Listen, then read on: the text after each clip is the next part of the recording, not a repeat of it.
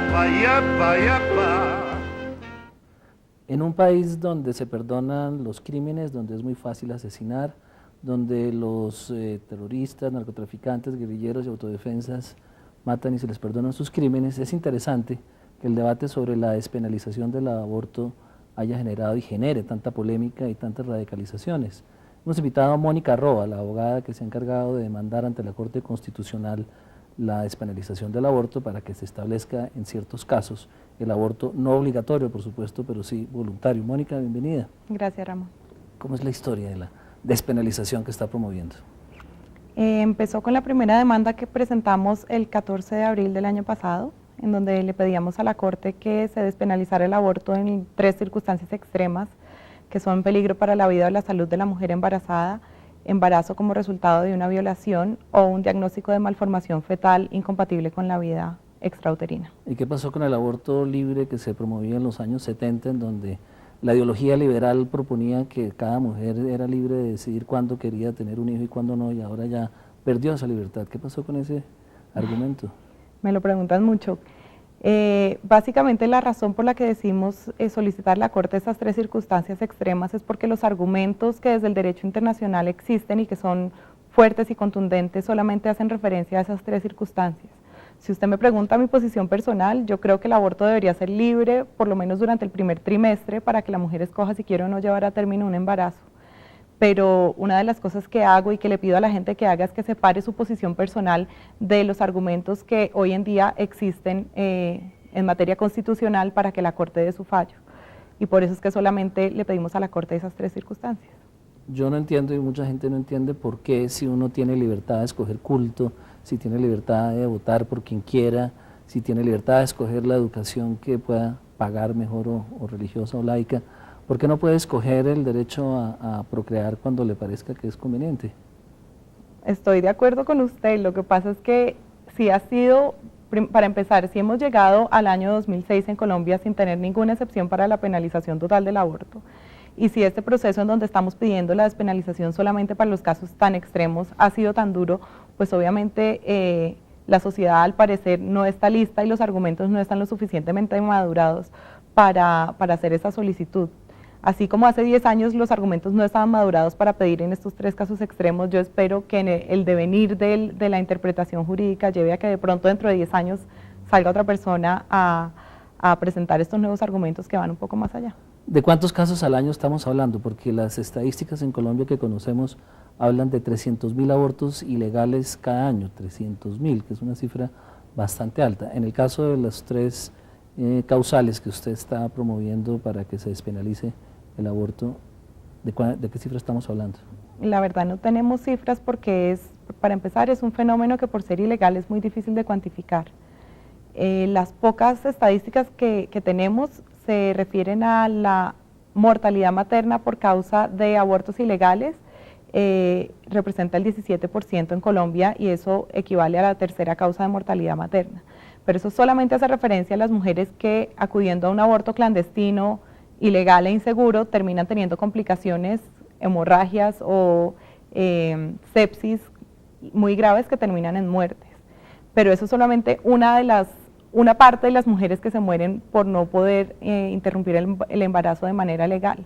Hay muchas otras muertes que se causan, por ejemplo, una mujer que tiene cáncer y que no puede hacerse el tratamiento de quimioterapia durante el embarazo, no puede interrumpir el embarazo para hacerse el tratamiento de quimioterapia a tiempo y ya después de que da luz el cáncer ha hecho metástasis en otros órganos y no hay quimioterapia que valga. ¿Hay casos o esos son casos forzados que nos estamos...? Existen casos, de hecho hoy estábamos conociendo a través de los medios el caso de una mujer en Pereira que al mes de embarazo fue descubierto y diagnosticado un cáncer de útero y no pudo interrumpir su embarazo para empezar la quimioterapia.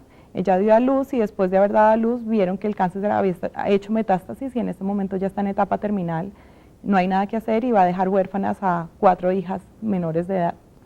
Esas estadísticas, dentro de las estadísticas, esa mujer se murió por cáncer, no porque no pudo interrumpir el aborto. Pero seguramente si pudiéramos contar con aborto legal para este tipo de circunstancias, pues podríamos prevenir muchas de esas muertes. ¿Qué ha aprendido usted en todos estos meses, casi años que lleva luchando por despenalizar el aborto en Colombia? ¿Cuál es la lección que le deja su trabajo? Creo que hay varias. La primera es que hace falta cambiar los términos del debate.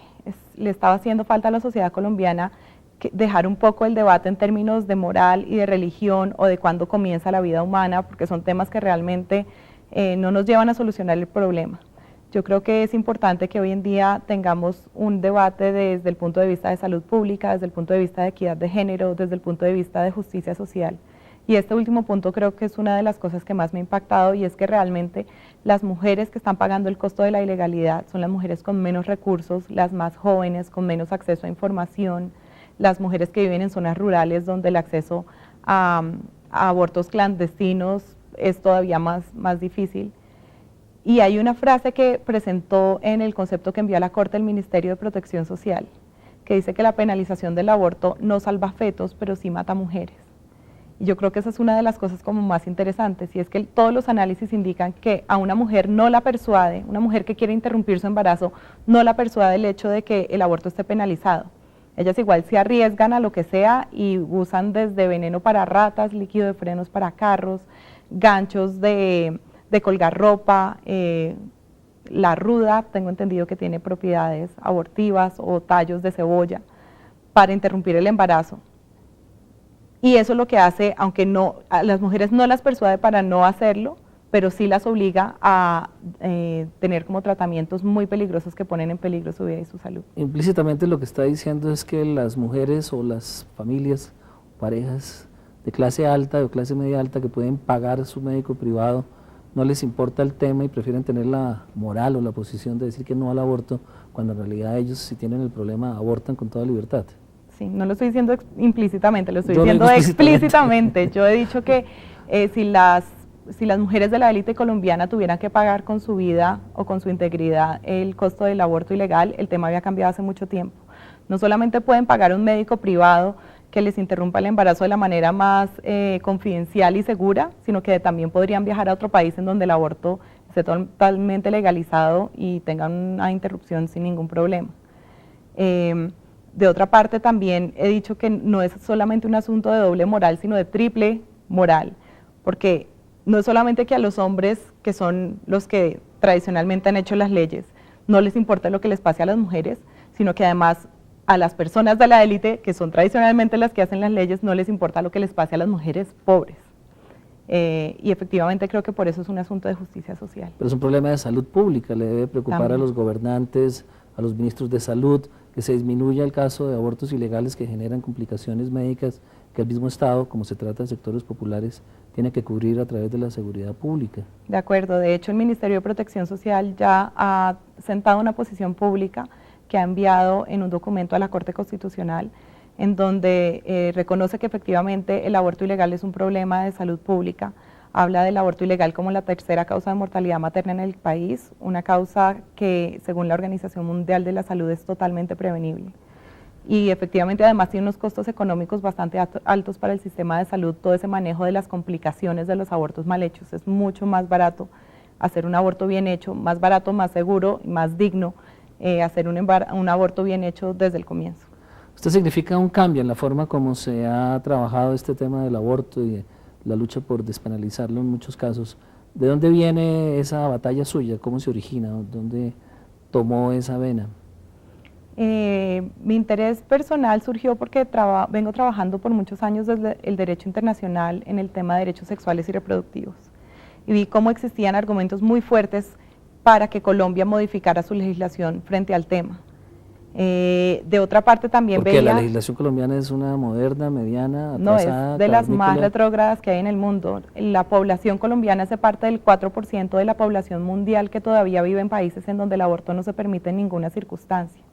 Fíjese que 2 días antes de presentar la primera demanda, el 14 de abril del año pasado, Irán despenalizó el aborto en las mismas 3 circunstancias que estamos pidiendo acá. Irán, que es uno de los países reconocidos como más fundamentalistas, en donde ni siquiera hay una diferencia entre Estado y religión, ya superó el debate y aquí todavía seguimos pataleando y tratando de ofrecer argumentos y convencer a las personas que tenemos que convencer. ¿Y eso la impactó en dónde? ¿Qué estaba haciendo? ¿Por qué se metió en el tema? Yo estaba trabajando, como le digo, en derechos sexuales y reproductivos. Sabía que existían argumentos fuertes para Colombia y también sabía que en Colombia el tema del aborto era un tema que muy pocas personas se atrevían a tocar. Y de hecho he venido conociendo como esos miedos desde que me metí de lleno y regresé a vivir a Colombia. Muchos políticos, sobre todo representantes a la Cámara, me cuentan cómo ellos, a pesar de estar a favor del tema, no pueden votar a favor en las discusiones que se hacen en el Congreso porque un sermón de domingo puede acabar con su curul, por ejemplo. Uno de los médicos que estaba trabajando con nosotros al comienzo del proyecto y que iba a ser parte del proyecto para hacer entrevistas y explicar, por ejemplo, cuáles son las malformaciones fetales tan graves o qué tipos de enfermedades ponen en peligro la vida de una mujer embarazada. En el trabajo que él tenía le dijeron, si usted trabaja en ese proyecto, lo despedimos, pierde su trabajo. Hay otras personas que tienen miedo de perder la legitimidad para hablar de ciertos temas. Hay otras personas que pueden perder la financiación para ciertos proyectos por hablar sobre el tema del aborto. Entonces realmente hay razones serias por las cuales muy pocas personas se atrevían a hablar del tema, pero creo que una vez roto el tabú y a medida en que cada vez más personas como que salen del closet a apoyar la despenalización del aborto, pues otras se sienten con la libertad y con el deber de también salir a apoyarlo, y hoy en día yo realmente estoy impresionada porque hemos recibido apoyo desde todas las esquinas políticas, corrientes ideológicas, disciplinas, y es cada vez pues más contundente y más unánime el apoyo para la despenalización. Pero también es más fuerte desde el otro lado los avisos de prensa, la movilización, las cartas que hacen que niños le envíen manipuladamente a la Corte Constitucional para que se pronuncie en contra. O sea, por lado y lado hay una polarización muy bien interesante que explica que en Colombia ese debate se dé en términos tan retrógrados, como hemos dicho. No tengo ni idea qué lo explica. Yo sé que efectivamente así sucede y es la razón por la que hemos presentado este proyecto de una manera muy poco apasionada. Yo nunca digo lo que yo opino, yo presento hechos. El aborto ilegal es la tercera causa de mortalidad materna. Miren las estadísticas, lo dice el Ministerio de Protección Social. Colombia está incumpliendo sus obligaciones de derecho internacional, miren las recomendaciones. Nunca es una opinión propia. Y efectivamente ha habido oposición muy fuerte, pero yo creo que cada vez es más claro que es un grupo muy particular, con unos intereses muy particulares y que cada vez se van quedando más sin argumentos. Yo, por ejemplo, he sido muy clara cuando digo que no le estoy pidiendo a la Iglesia Católica que cambie su posición frente al aborto. Para mí, si la Iglesia quiere seguir estando en contra y quiere seguir diciendo no al aborto en ninguna circunstancia, pues es perfectamente respetable y allá verá cada católico o católica en este caso, si quiere o no seguir los lineamientos de su iglesia. Pero el hecho de que la iglesia esté en contra no creo que sea una razón suficiente para que el tema sea considerado delito. La iglesia, por ejemplo, está en contra del uso del condón y usar condón no es un delito. Y cada persona, católico o no, pues verá si quiere o no usarlo, y el Estado tiene su obligación de salud pública totalmente independiente de lo que considere la iglesia. En ese sentido he estado tratando de separar los debates y decir que efectivamente el aborto puede tener unas implicaciones morales, pero que esas implicaciones morales se deciden de manera absolutamente individual, y lo que sí tiene que debatir la sociedad es el problema desde el punto de vista de salud pública, equidad de género y justicia social. Vamos a hacer una pausa para que respiren los televidentes y ya volvemos.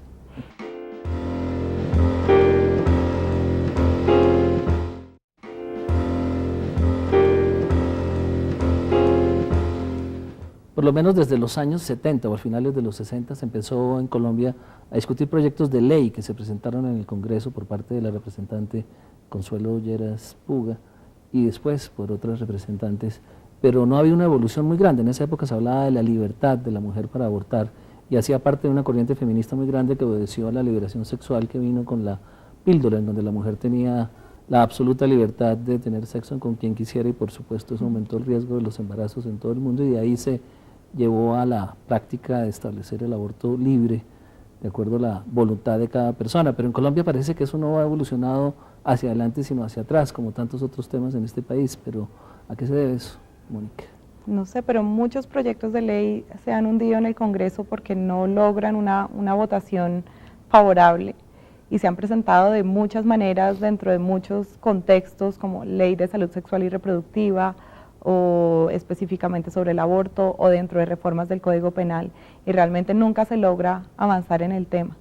El máximo avance que se ha logrado se logró en el año 2000 con la reforma del Código Penal, gracias al doctor Alfonso Gómez Méndez, que era fiscal en esa época. en donde hay un parágrafo que permite al juez no enviar a la cárcel a la mujer que se practique un aborto cuando las condiciones son condiciones extraordinarias anormales de motivación. Eso realmente no está muy bien definido y en la práctica no sé qué tanto lo usan los jueces, pero ha sido el mayor avance que se ha logrado, y en esa época yo estaba viviendo en Nueva York y veía en los titulares de los periódicos: se despenalizó el aborto en Colombia, y yo, ¿cómo así? No puede ser, ¿a qué horas pasó esto que no me enteré? Y realmente lo único que había sucedido era que le estaban dando la facultad a los jueces de no enviar a la cárcel a las mujeres que se practicaban abortos en casos de violación y con circunstancias extraordinarias anormales de motivación. Pero cada vez vamos más de para atrás. ¿Cómo se explica esa involución en la filosofía del derecho colombiano con respecto al aborto? En el mundo se evoluciona y aquí se involuciona. Pues no estoy muy segura que involucionemos, pero claramente estamos estancados en el debate. Y yo creo que una de las razones es porque esa transición de ser un Estado católico a ser un Estado laico no se ha terminado de hacer. La separación entre Estado e Iglesia ocurrió en la reforma constitucional del 91, pero en el año 94 teníamos una Corte Constitucional que estaba usando encíclicas papales para justificar la penalización del aborto. Fue la primera vez que se demandó el tema frente a la Corte, y el argumento que se usó para decir que la penalización del aborto era constitucional fueron las encíclicas Humana Vitae del Papa Juan Pablo II. 1520, por ahí más o menos. No, la verdad no tengo ni idea, pero sé que eran como encíclicas papales, que es claramente un claro desconocimiento de ese tránsito a un Estado secular. Y yo creo que cada vez avanzamos un poquito en entender que son dos debates distintos, y espero que eso lo entienda así la Corte. Pero obviamente la Iglesia sigue teniendo un poder bastante fuerte dentro de esta sociedad, y como le digo, en muchas circunstancias puede persuadir a ciertas personas que pueden estar a favor de no expresarse a favor o de no votar a favor de este tipo de proyectos. Usted dijo hace un rato que se había roto con el trabajo que habían hecho usted y su grupo la barrera que existía para enfrentar el tema en el país, pero uno ve que el fallo de la Corte, de todas formas, inhibitorio, lo que muestra es una tendencia igualmente conservadora de prohibir el aborto con cualquier tipo de excusa. No hay una evolución jurídica de la jurisprudencia colombiana en ese sentido, pero usted parece entender que sí la va a haber. Pues he pensado obviamente mucho cuáles son las implicaciones de ese fallo inhibitorio de la Corte, y he llegado a varias conclusiones. La primera es que no solamente le pasa a la Corte colombiana, sino que en general alrededor del mundo cualquier corte que se le pida que tome una decisión que sea un poco más liberal de lo que la sociedad es en ese momento, siempre tiene estándares procedimentales mucho más altos que lo que tiene para otros casos en temas diferentes. Yo creo que eso puede explicar la razón por la que la Corte argumentó que la demanda original tenía ciertos errores, entre comillas, que tenían que ser modificados. Otra de las razones, otra de las reflexiones que he tenido... Pero eso puede ser una excusa para no abordar el tema del fondo y evitar que haya una decisión que le cierre la puerta definitivamente al aborto aún en casos de salud. Pero precisamente esa es otra de las reflexiones, y es que muchas personas me han preguntado si eso fue una decisión que hizo la Corte para evadir la responsabilidad de tomar una decisión. Y eso lo hubieran podido hacer fácilmente si hubieran dicho cosa juzgada. Ya la Corte se pronunció en el pasado sobre el tema del aborto y no tenemos por qué volver a pronunciarnos sobre un mismo tema. Eso atenta contra la seguridad jurídica, etcétera, etcétera, y hubieran perfectamente podido decir: ya la Corte anterior falló sobre el tema y nosotros no tenemos por qué volver a pronunciarnos, y en ese sentido no se hubieran comprometido con un sí ni con un no, sino lavado de manos total, con todo lo contrario. Y yo creo que también si hubieran querido decir que no, ya lo hubieran dicho. Yo creo que el fallo inhibitorio y sobre todo las tres indicaciones que usó la Corte, que quiso que se modificaran en la segunda demanda, lo que hace es abrirle un campo de acción más grande a la Corte para que puedan tener más flexibilidad y creatividad en la manera como van a decidir. La primera demanda yo decía: demando este artículo por esta razón y quiero que se decida así. La Corte me dijo: usted no puede demandar solamente este artículo, demande todos los que son relevantes. Y usted no puede decir que quiero que falle así, sino pida inconstitucionalidad total y nosotros veremos cómo fallamos.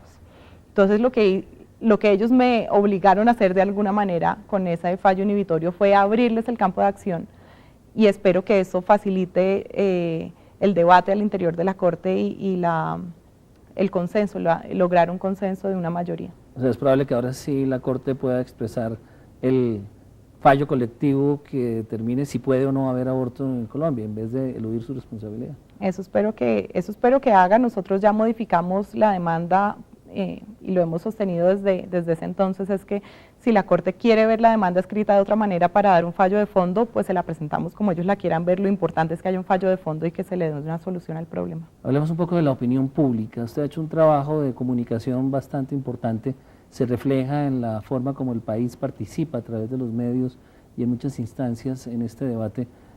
¿Cuál es su balance? ¿Hay una evolución positiva? ¿Por qué la gente está participando tanto? Antes era muy poco recibido el debate público sobre el tema y ahora sí se da. ¿Cómo se explica? Yo creo que hacía falta cambiar el tono del debate, democratizar un poco tanto los actores como los argumentos del debate. Anteriormente las principales fuentes para los medios eran los sacerdotes y los principales argumentos eran de tipo moral y religioso. Hoy en día tenemos a médicos, psicólogos, pedagogos, personajes que lideran la opinión pública, políticos, feministas, abogados, constitucionalistas, internacionalistas, todos opinando frente al tema y todos además ofreciendo nuevos argumentos desde cada disciplina.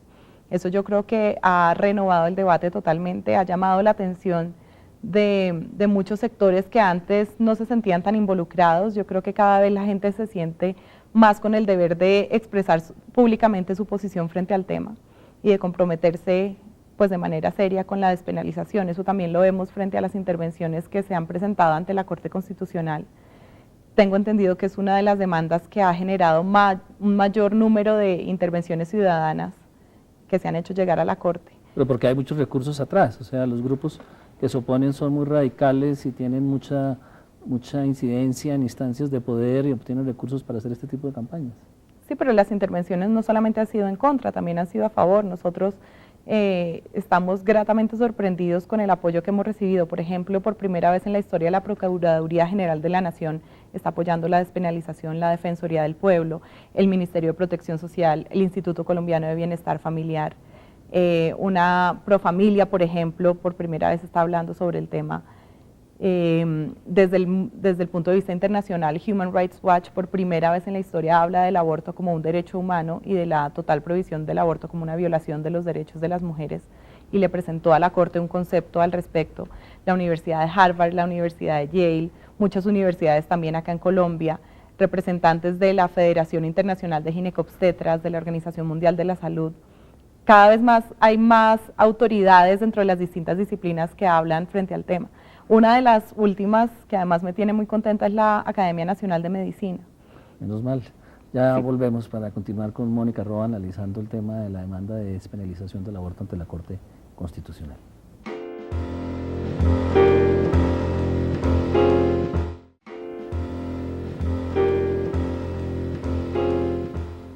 Mientras las libertades individuales avanzan en todo el mundo y se establecen más derechos para los individuos, la pelea contra el aborto hace que se restrinjan muchos de esos principios y derechos que tiene cada ciudadano. Elabórenos eso un poco, Mónica. Pues claramente la total penalización del aborto es una violación a una serie de derechos, particularmente de las mujeres. Por ejemplo, el Comité de Derechos Humanos en Naciones Unidas ha establecido que la clara relación que hay entre los altos índices de mortalidad materna y las leyes altamente restrictivas frente al aborto es una violación del derecho a la vida de las mujeres. El Comité de la CEDAW también de Naciones Unidas, que es el que está para eliminar todas las formas de discriminación contra la mujer, ha dicho que no hay ninguna práctica médica que solamente necesiten los hombres que sea considerado un delito, mientras que en este caso es una práctica médica que las mujeres necesitan incluso en algunos casos para salvar su propia vida y que es condenada dentro del derecho penal. Esa es una clara violación al derecho a la igualdad. Y la otra violación al derecho a la igualdad es la que hablábamos antes, que es la diferencia entre las mujeres que tienen recursos y las que no. Entonces, todos estos derechos son los que estamos argumentando como derechos fundamentales violados con la total penalización del aborto. Y obviamente el otro es el más tradicional, que es el usar a la mujer como máquina reproductiva, desconociendo su plan de vida, obligándola a llevar a cabo embarazos no deseados en contra de su voluntad. Pero pues ese es el argumento más tradicional. Hay unos mucho más concretos y persuasivos que ha desarrollado el derecho internacional de los derechos humanos. Hay de pronto un mecanismo ahí oculto del machismo masculino, pues claro, machismo masculino por supuesto, pero ese machismo que se niega a aceptar el nuevo rol de la mujer en este tipo de sociedades y que quiere castigarla justamente impidiéndole que pueda ser libre para abortar? Otra vez eso no me parece tan implícito, creo que es bastante explícito. Obviamente los hombres han sido los que han escrito las leyes tradicionalmente y yo estoy convencida que la mujer ha ganado muchos derechos, pero en el área donde todavía está muy quedada es en el tema del control de su propio cuerpo y de su propia sexualidad. Las mujeres todavía siguen estando sujetas a lo que los hombres determinen que van a hacer con sus cuerpos, entonces si las quieren violar todavía tienen la posibilidad de hacerlo y los jueces van a seguir diciendo que quién las manda a ponerse ropa interior seductiva y haber provocado al violador a que la violara. Cuando yo estudié Derecho, que no fue hace mucho, el violador que se casara con su víctima quedaba exento de cualquier responsabilidad penal. ¿Y podía violar a su esposa? En esa época ni siquiera se reconocía que existía la violación conyugal, hoy ya se reconoce que eso es un delito. Y además es un delito agravado por la confianza que debería existir entre las dos personas. Pero son avances que van muy despacito y realmente esa autodeterminación sexual y reproductiva es lo que ha sido más trabajoso defender y conseguir como reconocimiento de derechos. Mónica Roa, muchísimas gracias, nos ha ilustrado bastante esta noche sobre el debate que hay en la Corte Constitucional. Esperamos que el fallo de la Corte obedezca a los principios modernos que tienen que aplicarse sobre la mujer. Muchísimas gracias. A ti, Ramón, muchas gracias. Buenas noches.